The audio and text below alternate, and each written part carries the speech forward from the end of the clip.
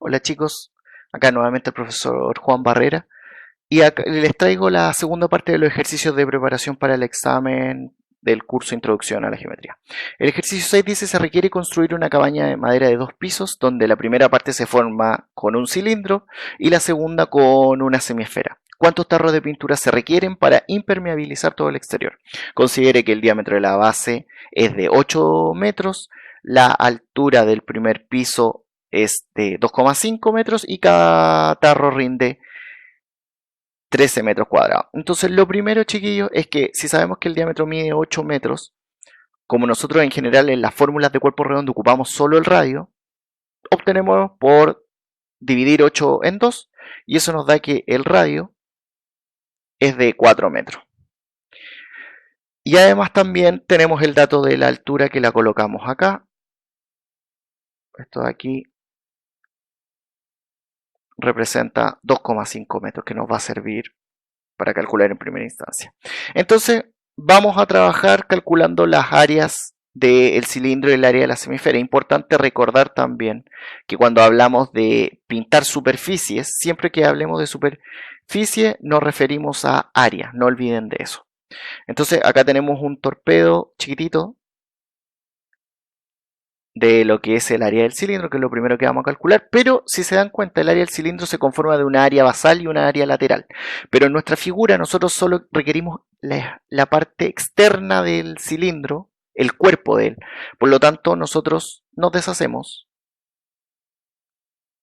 del área basal en la fórmula y solo nos quedamos con el área del manto, por lo tanto el área del cilindro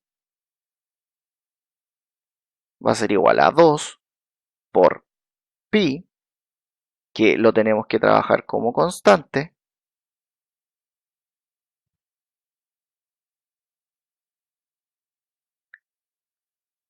multiplicado por el radio, que sabemos que es 4 metros, por la altura que es 2,5.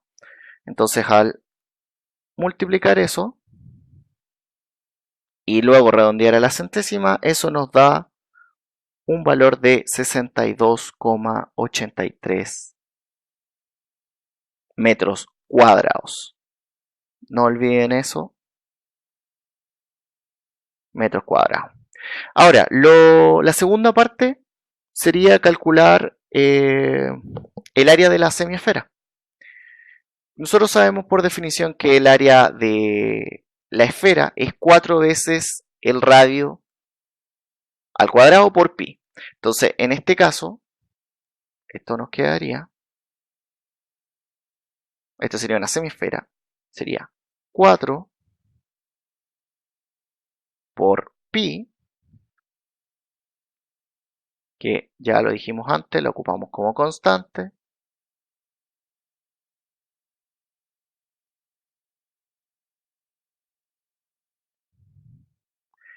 por el radio que va al cuadrado.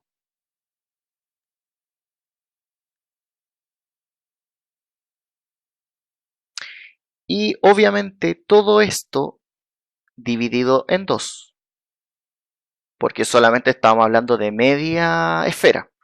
Entonces el resultado de la semisfera, esto nos da un valor de 100,53 metros cuadrados.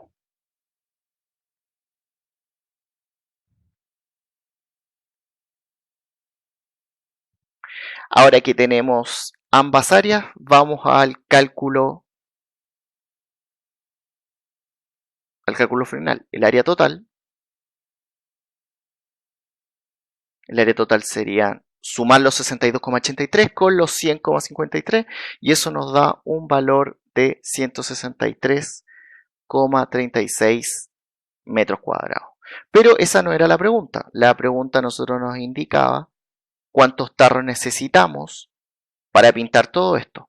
Entonces aquí la forma de calcular esto,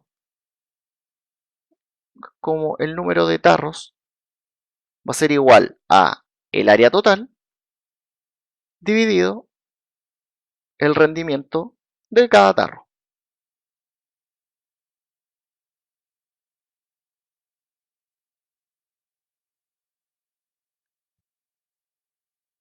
Y si le metemos número, esto nos daría los 163,36 dividido los 13 metros cuadrados que rinde cada uno. Y esto nos da un valor de 12,56 tarros. Pero aquí nosotros ocupamos el principio mejor que sobre a que falte. Entonces se requieren 13 tarros. ¿Por qué 13? Porque si ocupamos 12 nos va a faltar superficie por pintar. Ahora ojo chiquillos, cuando tengan que hacer esta aproximación siempre es con el criterio lógico, no se engañen por el criterio matemático de si yo tengo que redondear y mi último número es menor a 4, da lo mismo. Aquí en este caso se ocupa el criterio lógico porque imagínense que en vez de 12,5 me hubiera dado 12,1. Y ustedes por confundirse por el criterio de redondeo hubieran dicho, 12. No, siempre piensen, ¿con 12 tarros me va a alcanzar para pintar? No. Entonces tengo que comprar un tarro más porque aquí no puedo comprar 3/4 de un tarro, 0,2 tarros. No, pues es como uno o ninguno. Entonces siempre acuérdense que para estos casos en particular, cuando hablan de rendimiento, siempre tienen que subir uno más. En la única situación donde no hay que hacer eso es cuando el valor les da exacto. Pero en cualquier otro caso, siempre tienen que subir un tarro más, por decirlo de alguna manera. Con eso contestamos ya la pregunta 6 y ahora nos vamos a la siguiente, que dice así. La 7 dice que por normativa una rampa no debe exceder los 12%, un 12% de pendiente para un desarrollo máximo de 150 metros. Y ahí colocan un ejemplo que una rampa de 8% de pendiente significa que para salvar una altura de 8 centímetros se necesitan 100 de desarrollo horizontal. Entonces, a partir de eso y que la fórmula de pendiente es altura partido de la distancia horizontal y todo eso multiplicado por 100, nos dice si la siguiente rampa cumple la normativa. Entonces, antes de ello, que para calcular la pendiente necesitamos la altura y para ello ocupamos a nuestro amigo Pitágoras, que dice que la hipotenusa al cuadrado va a ser igual a cada cateto al cuadrado y la suma de ellos tiene que ser equivalente a la hipotenusa al cuadrado. Entonces en este caso nuestra fórmula quedaría 130 al cuadrado es igual a 128 al cuadrado más la altura al cuadrado, que es el dato que nos falta.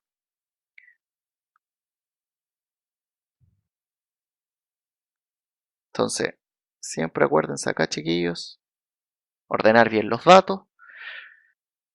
Entonces, si esto nosotros lo desarrollamos, esto nos va a quedar 130 al cuadrado menos 128 al cuadrado y eso va a ser igual a la hipotenusa al cuadrado.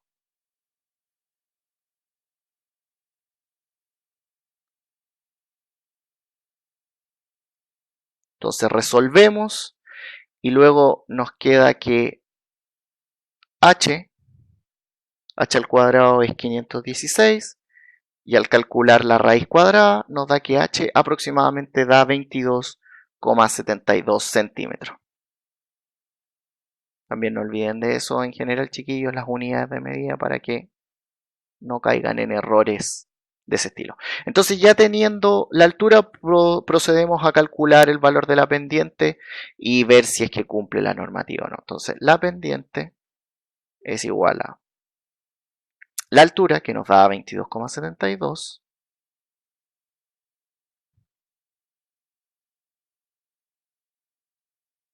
dividido la distancia horizontal, que son 128 centímetros, y todo esto multiplicado por 100.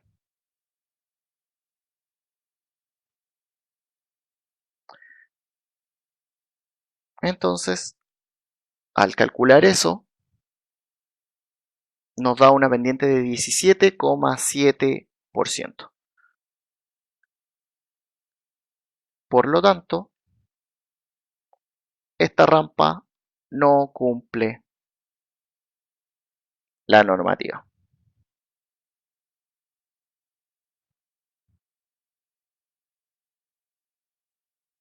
Y esa sería la respuesta correcta. Entonces, chiquillos, cuidado con teorema de Pitágoras. Aquí en general no deberían caerse. Si su incógnita va a ser uno de los catetos, siempre les va a quedar una resta de de cuadrado, si su incógnita es la hipotenusa, es simplemente tomar cada cateto, lo leo al cuadrado, lo sumo y luego calculando la raíz cuadrada puedo obtener la respuesta. Acuérdense siempre de eso, no cuando lleguen acá la h cuadrada igual 516, que esa es la respuesta, no, hay que calcularle la raíz cuadrada y con eso se llega al 22,72. Seguimos. Ejercicio número 8. Ya acá entramos a la materia más reciente, que es trigonometría. Si ustedes recordarán, en general nosotros cuando teníamos siempre dos lados, podíamos calcular el tercero ocupando siempre Pitágoras. Recuerden que la aplicación tanto de Pitágoras como razones trigonométricas se aplican exclusivamente en triángulos rectángulos. Ya lo vamos a ver con un poquito más de detalle en la pregunta 9. Ahora dice, se te echará un patio de servicio como el de la imagen, considerando que la altura del techo será de 50 centímetros y que el ángulo que forma con la pared vertical será 72, ¿cuánto debe medir el largo X de la plancha para techar? Entonces acá, chiquillos, lo mejor que pueden hacer es pescar su problema, pescar su ejercicio y tomar el triángulo con las mismas figuras, pero algo que les acomode un poco más, que no esté tan apretado como se ve en la figura. Entonces, lo que le estoy dibujando acá es exactamente lo mismo que tenemos ahí.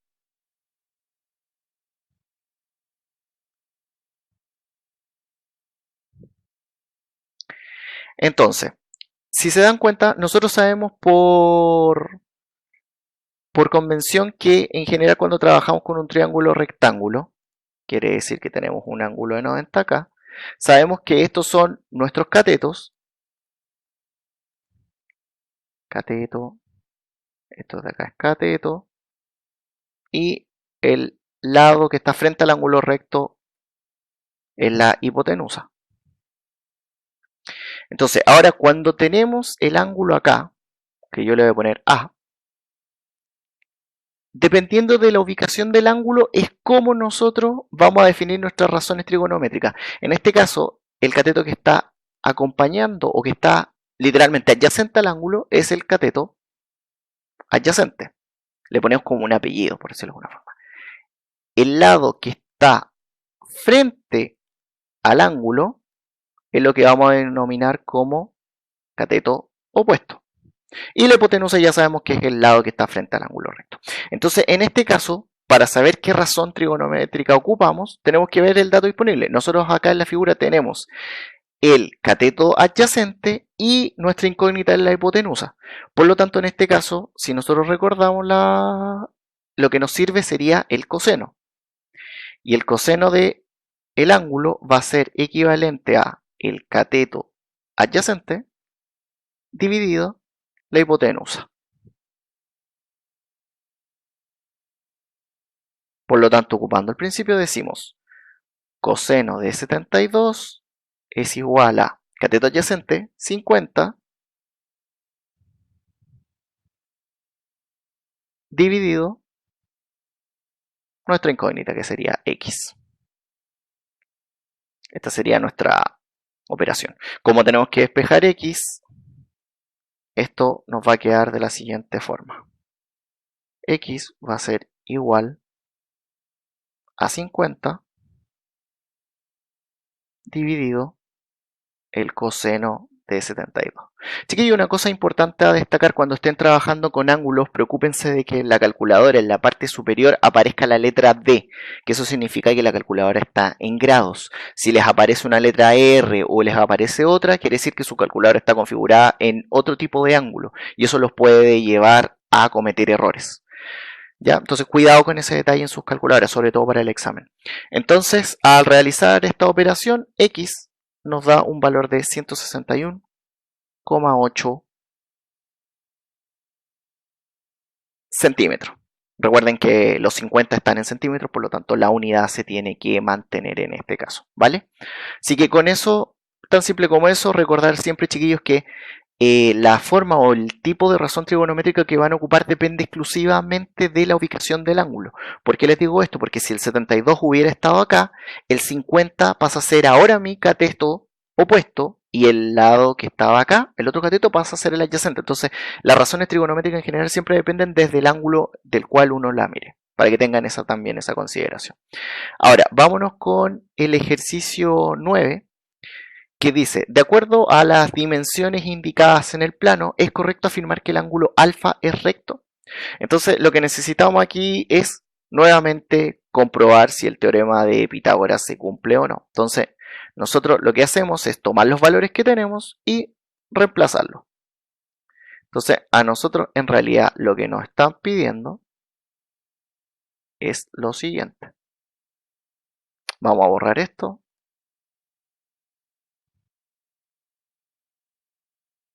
Y ahora reemplazamos con nuestros datos. Dice, vamos a asumir, como ya dijimos, si nos están preguntando que alfa es recto, entonces 15 pasa a ser nuestra hipotenusa, en teoría porque tenemos que comprobarlo, y 9 y 12 serían nuestros catetos.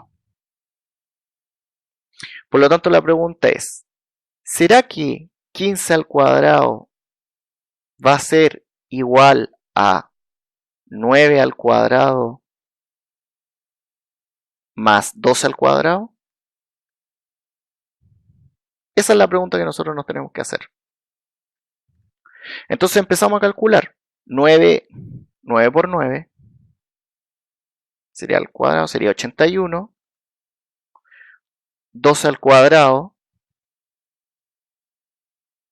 es 144. Y si sumamos ambas, nos da un valor de 225. Entonces uno tiene que hacerse la pregunta, ¿15 al cuadrado será 225? Esa es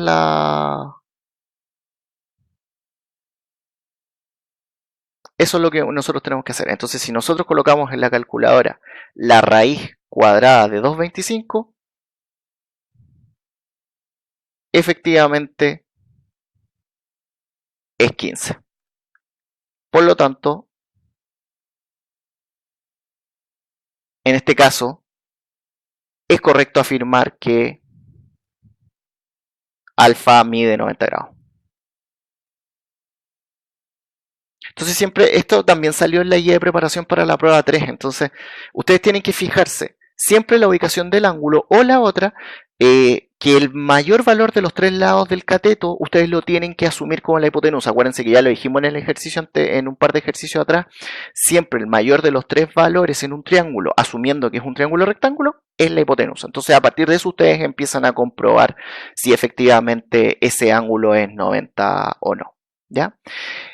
Para terminar, chicos, nos vamos con el ejercicio 10, que a mi parecer es el ejercicio no más complicado, pero más trabajoso de todos, porque en realidad hay harto que hacer. El ejercicio dice que en el plano se tiene la siguiente información. Entonces, ustedes, antes de ponerse a responder la pregunta, vamos a ubicar primero los datos. Entonces, dicen que CAB mide 30 grados. CAB, entonces el 30 va acá. Recuerden siempre que la letra que está en el centro indica el vértice del ángulo. Dice que ABC mide 90. Entonces, el 90 lo tenemos acá.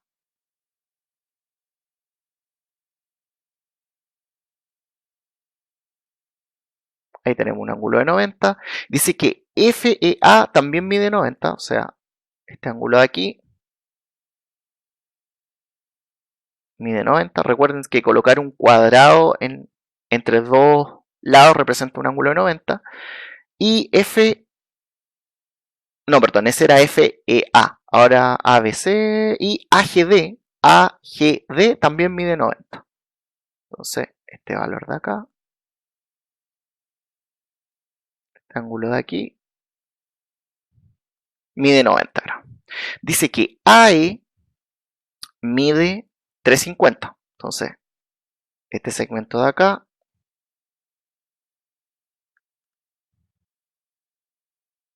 de aquí hasta acá,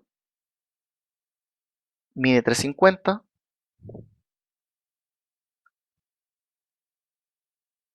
Dice que GD, este segmento de aquí, mide 325.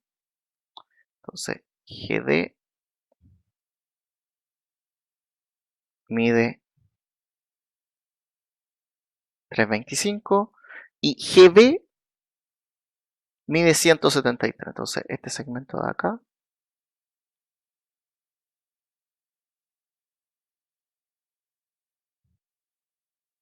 mide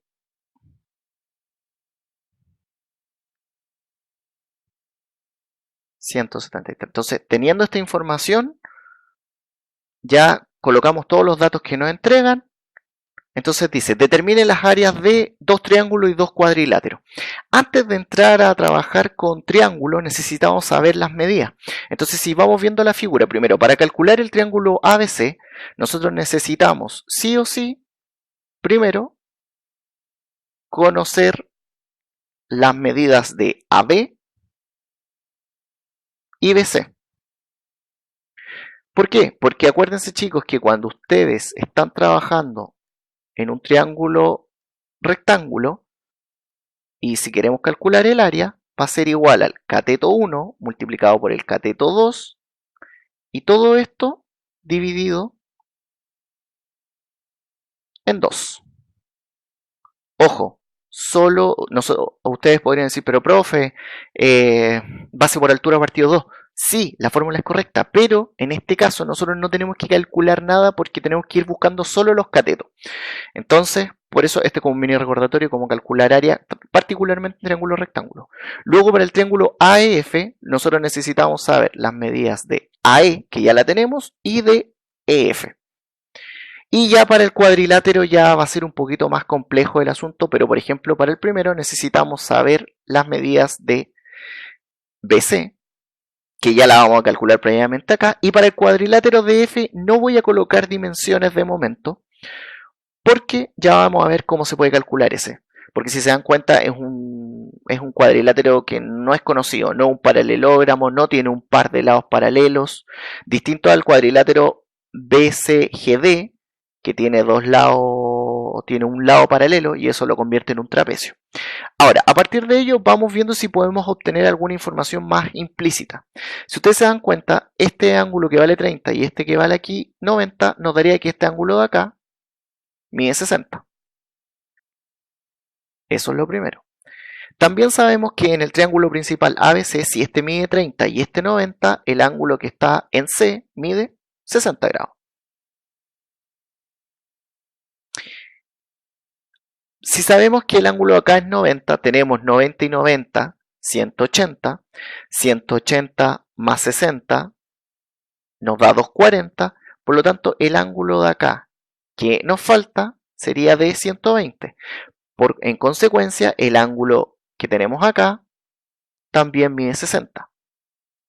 Si se dan cuenta, con los ángulos que tenemos acá comprobamos condición de paralelismo. Por lo tanto, automáticamente sabemos que el valor de BCD, o sea, perdón, del cuadrilátero BCDG es un trapecio. Cosa que nos ayuda bastante a la hora de calcular el área, porque tendríamos que tener las dos bases y la altura. Aquí solamente nos faltaría el valor de BC. Dicho esto, ya que sabemos todos los datos que necesitamos, ahora empezamos a trabajar con las figuras en rigor. Entonces, primero necesitamos saber, vamos a ir desde lo más fácil a lo más difícil. Entonces vamos a calcular EF para este triángulo de acá. Triángulo que de alguna forma voy a dibujarles acá.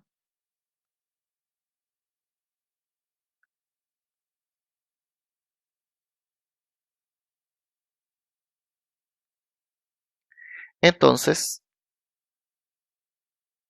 vamos a completar con los datos que tenemos. Tenemos que este lado mide 350, este ángulo de acá mide 30 y nuestra incógnita es X. Entonces, cuando trabajamos en razones trigonométricas, sabemos que la única razón que involucra a los dos catetos es la tangente. Y eso significa que es cateto opuesto dividido cateto adyacente.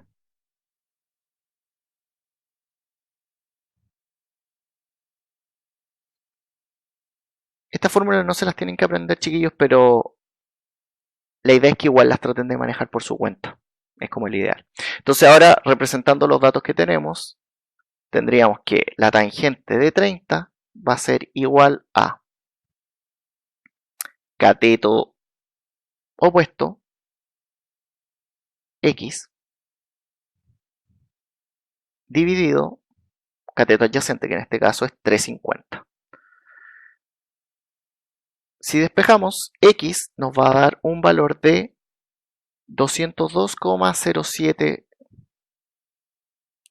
centímetros, que sería el valor que iría acá.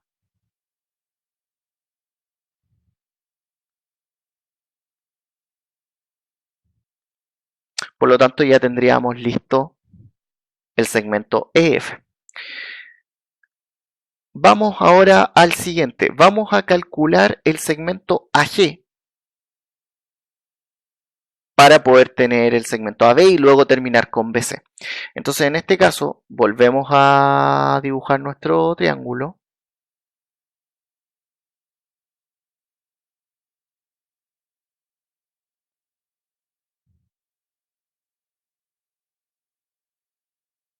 Dibujamos nuestro triángulo. Aquí les voy a poner las letras para que se guíen a qué triángulo me refiero. El A, D, G.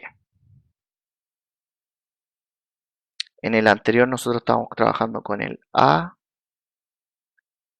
E, F. Ahí sí. Entonces en él sabemos que tenemos un ángulo recto acá. En este el ángulo recto estaba ahí. Sabemos que este ángulo es de 30. Y sabemos que la medida de acá es 3,25. Entonces también sabemos que este ángulo de acá era de 60. Esos son todos los datos que tenemos de triángulo AGD. Entonces en este caso nosotros la incógnita es AG, que le voy a poner Z para no confundir con el dato de arriba. Entonces en este caso tenemos cateto adyacente y necesitamos el opuesto. Entonces también sería tangente, pero de 60.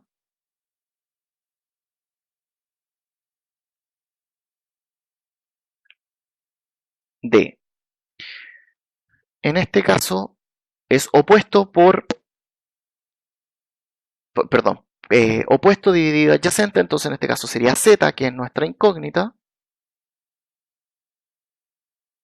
dividido 3,25. Que ustedes saben, el 3,25 que está dividiendo paso multiplicando, y esto nos daría un valor de Z de 562,92 centímetros, que sería el valor que tenemos acá. Que esto lo vamos a colocar en celeste, 562,92, que representaría este segmento de acá.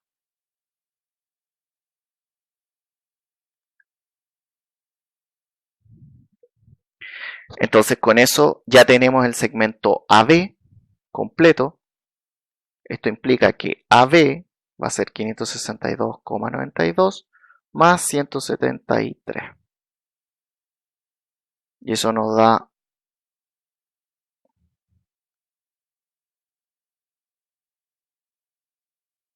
un valor de 735,92 centímetros. ¿Por qué necesitamos este valor? Porque nos queda calcular el último triángulo.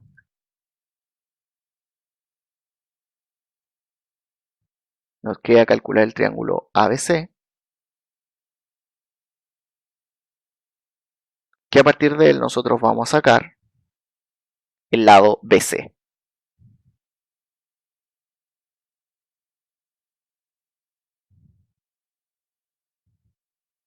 De él también sabemos los ángulos, que el ángulo que está en C mide 60, el ángulo que está en A mide 30 y el ángulo que está en B es un ángulo de 90 grados. También sabemos que la medida de AB es 735,92 y nosotros vamos a buscar el valor de I. ¿Ya? Entonces, esto nos quedaría como Nuevamente, tangente de 60, pero esta vez cambia el valor que conocemos, porque ahora el valor que conocemos es el opuesto. Por lo tanto, es 735,92. Y abajo estaría nuestra incógnita. La forma de despejar, la y que está dividiendo pasa multiplicando, el tangente de 60, perdón, que va a estar multiplicando la y pasa dividiendo, y esto nos da un resultado final para y de 424,88 centímetros, que sería el valor que andábamos buscando y que era el que nos faltaba para completar esto. Entonces, este valor de acá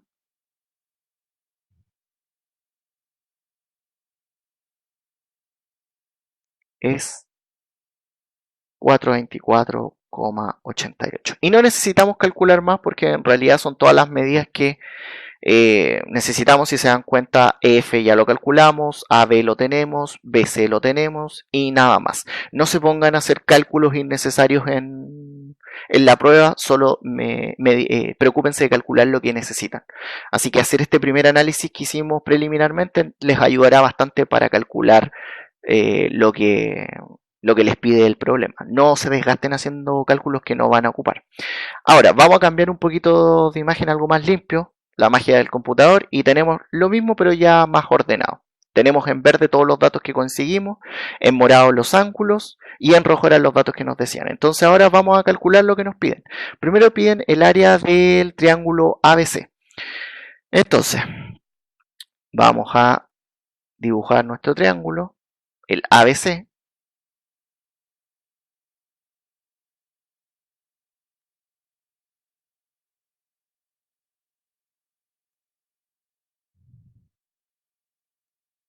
Y como sabemos en este caso, solamente nos vamos a preocupar de los catetos, porque son los datos que vamos a ocupar en realidad. Y este cateto de acá mide 735,92. El cateto de acá mide 424,88. Sabemos que aquí está el ángulo recto. Por lo tanto, el área del triángulo ABC va a ser igual a 735,92 por 424,88 y todo esto dividido en 2. Ahora el área de ABC va a ser igual a 156.338,84 centímetros cuadrados. Pero hay un pequeño detalle. Si ustedes ven la pregunta, la pregunta pide en metros cuadrados, no en centímetros cuadrados. Por lo tanto, nos falta un paso. Y para ello, que le vamos a hacer mención en, en todos estos ejercicios, lo que ustedes hacen es, ok, lo calculo en, centímetros cuadrados y luego lo divido. La pregunta por cuánto, lo dividen por 10.000. ¿Por qué por 10.000? Recuerden que un metro cuadrado equivale a 100 centímetros. Si yo elevo el metro al cuadrado, me quedaría un metro cuadrado. Y 100 por 100 sería 10.000 centímetros cuadrados. Por lo tanto, nuestra respuesta final para esa primera pregunta sería 15,63 metros cuadrados.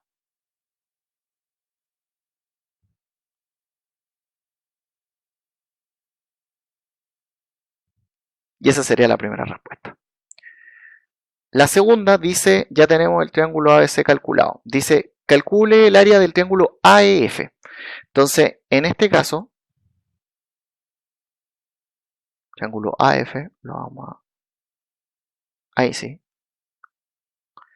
Tenemos el triángulo, esto mide 350, esto mide acá 202, 2,07. Y si aplicamos el mismo principio que para la pregunta A, el área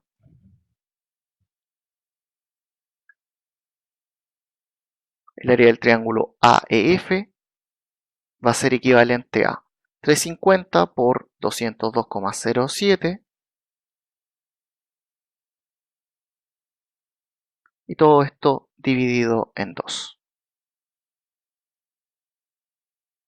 Esto da un área de 35.362,25 centímetros cuadrados, que eso en metros cuadrados es 3,54. Aproximado a la centésima, por supuesto. Entonces ahí tendríamos nuestras dos primeras preguntas contestadas. Ahora, para los cuadriláteros en general, cualquier cosa que no sea un cuadrado o un rectángulo aparentemente parece ser algo imposible de calcular. Pero no es tan así, chiquillos. Entonces, en este caso, si nosotros nos fijamos en DCBG, ya habíamos dicho que era un trapecio. Entonces nosotros lo que vamos a hacer es dibujar muy rápidamente nuestro trapecio.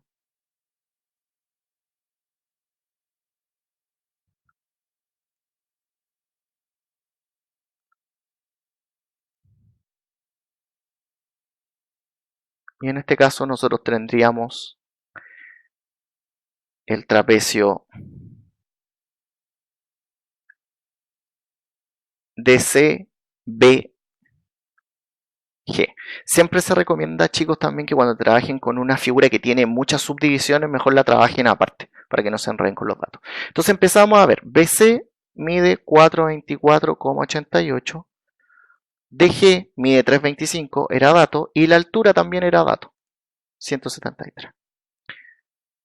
Entonces, ¿cómo vamos a calcular el área? El área del trapecio, el área de DCGB, es la semisuma de sus bases multiplicada por la altura. ¿A qué nos referimos con semisuma? Es un promedio, chiquillos. Entonces sería 325 más 424,88. Todo eso dividido en 2.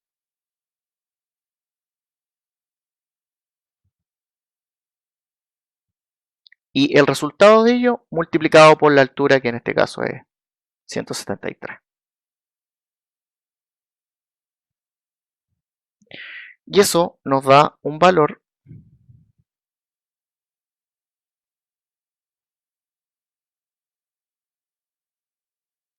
un valor de, les digo al tiro,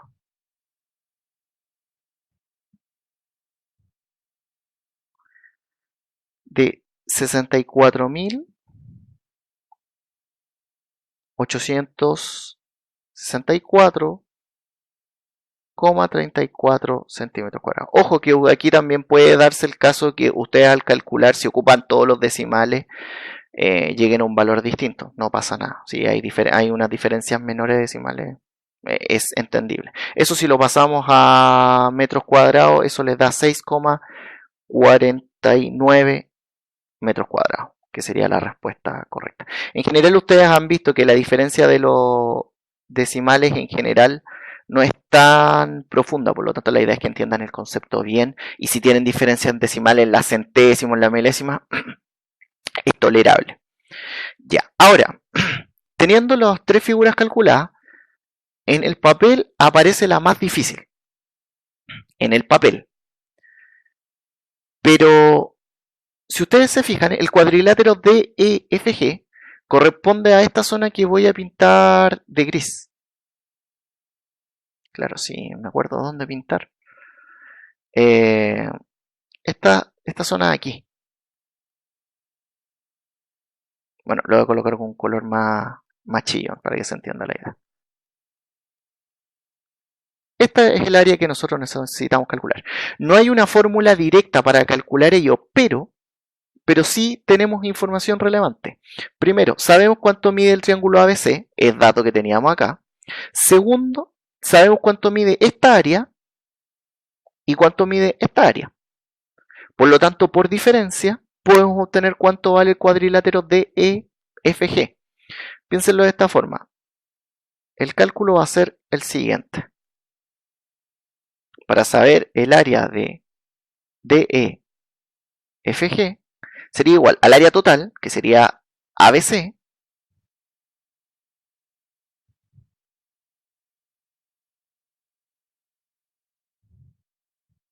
que es el área del triángulo completo, menos el área del cuadrilátero, que calculamos recién, de BCDG, menos el área del triángulo AEF. O sea, tenemos el total, le resto esto, le resto el triángulo de acá y lo sobrante que sería nuestro cuadrilátero extraño. Por lo tanto, esto sería 156.388,84. Aquí se recomienda, chicos, restar los valores que obtuvieron en centímetros cuadrados porque no están aproximados.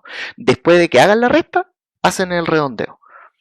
Menos los 64.864,34 menos los 35.362,25.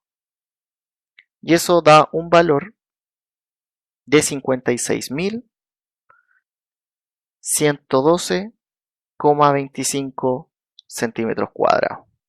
Que eso obviamente al llevarlo a metros cuadrados, eso nos da 5,61 metros cuadrados, que sería lo que andábamos buscando. Entonces, chicos, este ejercicio sí era el más engorroso de todos, pero en realidad es un muy buen ejercicio porque les permite trabajar con trigonometría y en parte recordar un poco los conceptos de áreas. Espero, chiquillos, que estos 10 ejercicios les sirvan bastante para la prueba. En general, las recomendaciones que uno da es fíjense siempre en las unidades de medida, lean bien lo que le están preguntando, no se olviden de los detalles de las conversiones y finalmente fíjense bien en los dibujos y lean bien lo que le están preguntando, porque muchas veces calculan bien, pero en realidad cometen errores por contestar lo que no les preguntan o simplemente meter mal los dedos a la calculadora. Traten de evitar esos problemas. O sea, en general en cualquier prueba ustedes tienen que ir desde los ejercicios más fáciles a los más difíciles, entonces cualquier cosa que tenga que ver con cálculos de áreas, perímetros, volúmenes, salvo si es una cosa directa de un solo paso, háganlo al tiro. En caso contrario, déjenlos para el final y finalmente optimicen bien su tiempo. ¿Ya? Cualquier duda la pueden dejar como comentario en el video y vamos a tratar de responderlo. Un abrazo, chicos, y mucho éxito para la próxima semana. Chau, chau.